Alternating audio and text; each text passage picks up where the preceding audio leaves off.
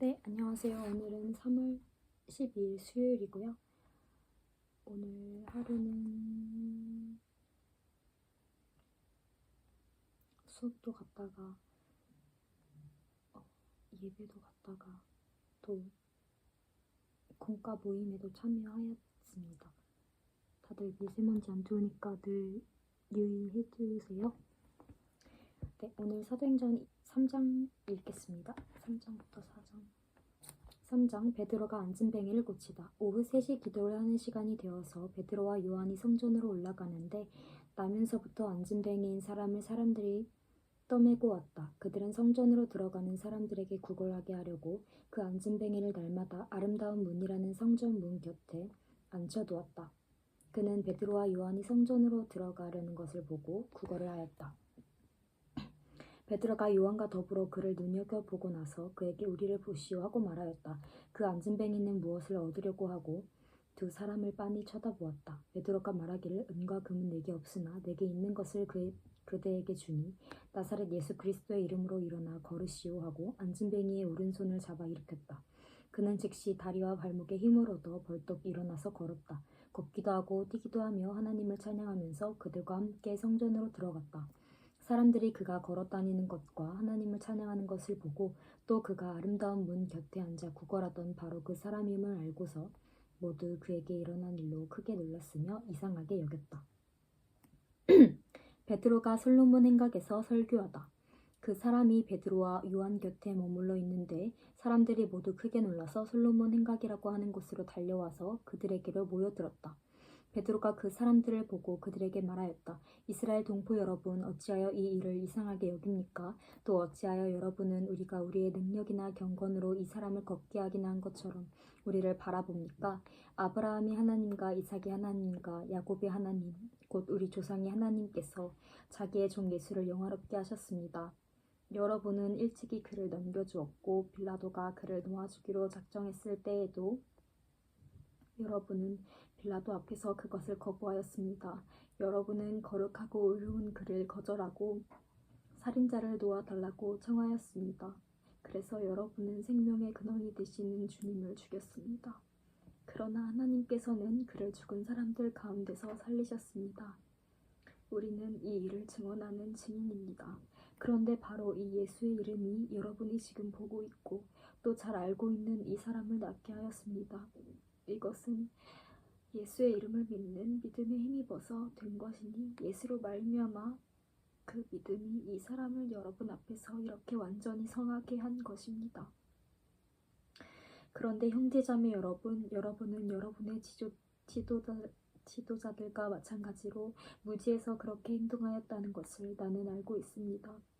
그러나 하나님께서는 모든 예언자의 입을 통하여 그리스도가 고난을 받아야만 한다고 미리 선포하신 것을 이와 같이 이루셨습니다. 그러므로 여러분은 회개하고 돌아와서 죄 씻음을 받으십시오. 그러면 주께로부터 편히 쉴 때가 올 것이며 주께서는 여러분을 위해서 미리 정하신 그리스도이신 예수를 보내실 것입니다. 이 예수는 영원 전부터 하나님께서 자기의 거룩한 예언자들의 입을 통하여 말씀하신 대로 만물을 회복하실 때까지 마땅히 하늘에 계실 것입니다. 모세가 말하기를 주 하나님께서 나를 세우신 것과 같이 너희를 위해서 너희 동족 가운데서 한 예언자를 세워주실 것이다. 그가 너희에게 하는 말은 무엇이든지 다 들어라.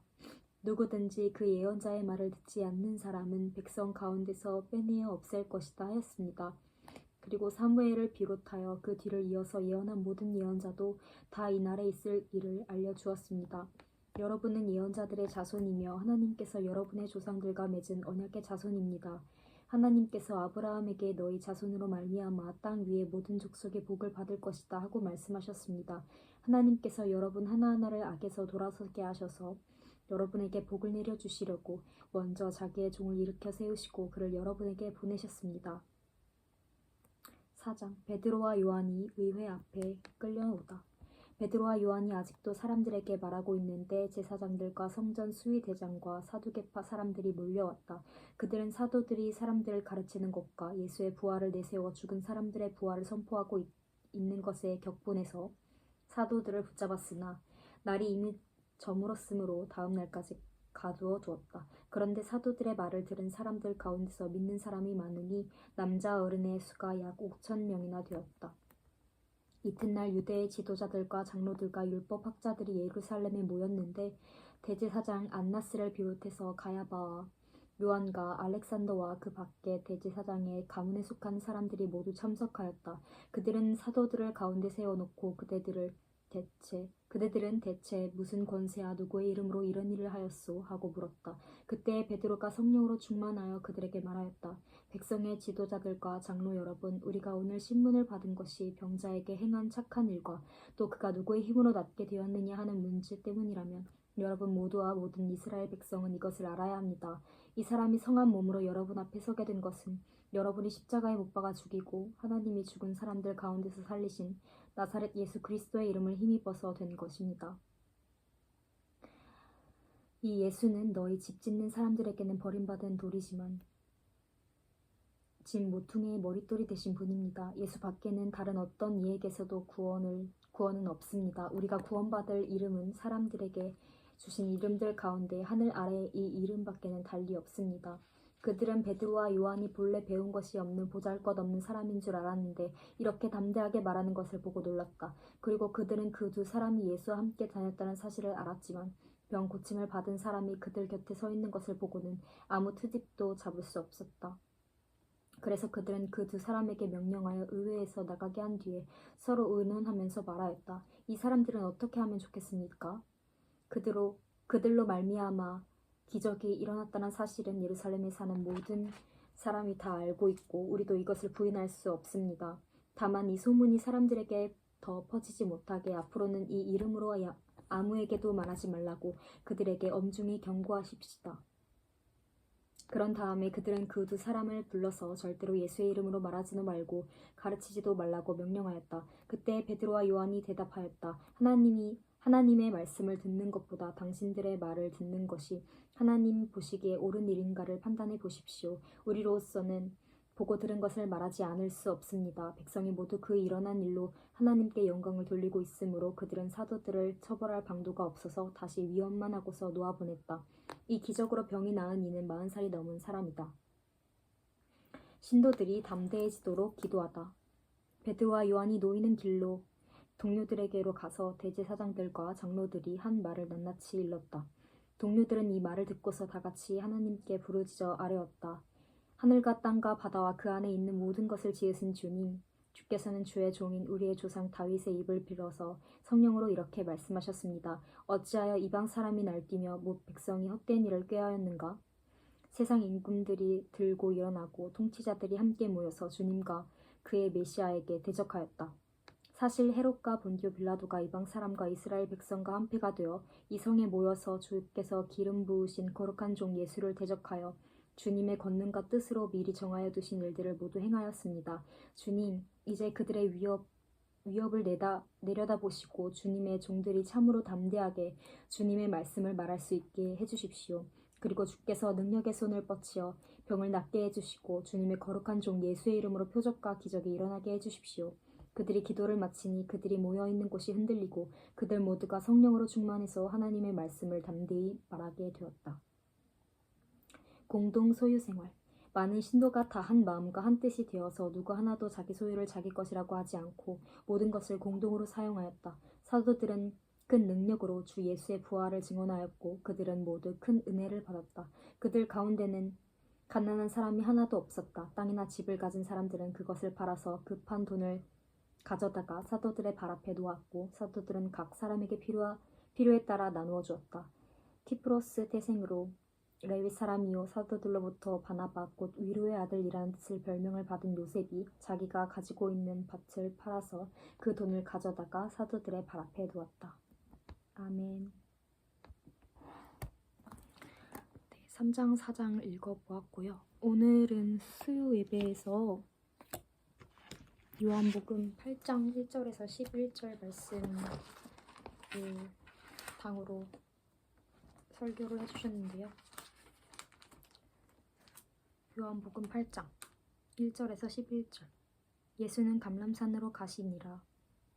아침에 다시 성전으로 들어오시니 백성이 다 나아오는지라 앉으사 그들을 가르치시더니 서기관들과 바리새인들이 음행 중에 잡힌 여자를 끌고 와서 가운데 세우고 예수께 말하되 선생이여 이 여자가 간음하다가 현장에서 잡혔나이다. 모세는 율법에 이러한 여자를 돌로 치라 명하였거니와 선생은 어떻게 말하겠나이까. 그들이 이렇게 말함은 고발할 조건을 얻고자 하여 예수를 시험함이더라. 예수께서 몸을 굽히사 손가락으로 땅에 쓰시니 그들이 묻기를 맞이 아니하는지라. 이에 일어나 이르시되 너희 중에 죄 없는 자가 먼저 돌로 치라 하시고 다시 몸을 굽혀 손가락으로 땅에 쓰시니 그들이 이 말씀을 듣고 양심의 가책을 느껴 어른으로 시작하여 젊은이까지 하나씩 나가고 오직 예수와 그 가운데 서 있는 여자만 남았더라. 예수께서 일어나사 여자 외에 아무도 없는 것을 보시고 이르시되 여자야 너를 고발하던 그들이 어디 있느냐 너를 정죄한 자가 없느냐. 대답하여 주여 없나이다. 예수께서 이르시되 나도 너를 정죄하지 아니하노니 가서 다시는 죄를 범하지 말라 하시니라. 아멘. 오늘 말씀 들으면서 메모를 해봤는데요.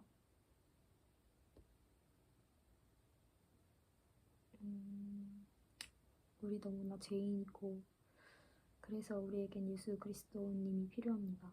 예수 그리스도 안에서 문제가 해결됩니다. 정죄는 또 하나님 복음으로 가는 수단이라고 말씀해 주셨는데요. 죄짓지 않게 하는 것은 주님의 사랑이고 주님께 용서받은 자가 주님을 사랑한다. 용서를 많이 받을수록 주님을 더 사랑할 수 있겠다는 그런 말씀 해주셨고요. 주님께서 새하얀 의의 옷을 입혀주셨는데 그 옷에 죄라는 똥물을 튀기지 말라고, 그 죄를 미워하는 삶을 살자고. 진짜 회개는 오늘도 회개하고 또 내일도 회개하고 계속 회개하고 있는 그런 게 진짜 회개라고 말씀해 주셨고요. 주님 앞에서 거듭날 수 있도록 또 주님 앞에서 매일 깨끗해질 수 있도록 우리 안에서 복음이 그리스도가 될 수 있도록 그렇게 살아가길 원한다는 고백이 나왔던 오늘 예배의 시간이었던 것 같습니다. 사순절 기간 동안 사순절 기간만이라도 주님께 더 나아가고 주님을 사랑하는 그 마음을 삶으로 표출할 수 있었으면 너무나도 좋겠습니다. 진짜 그렇게 살고 싶습니다. 다들 잘 주무시고요. 화이팅 하세요.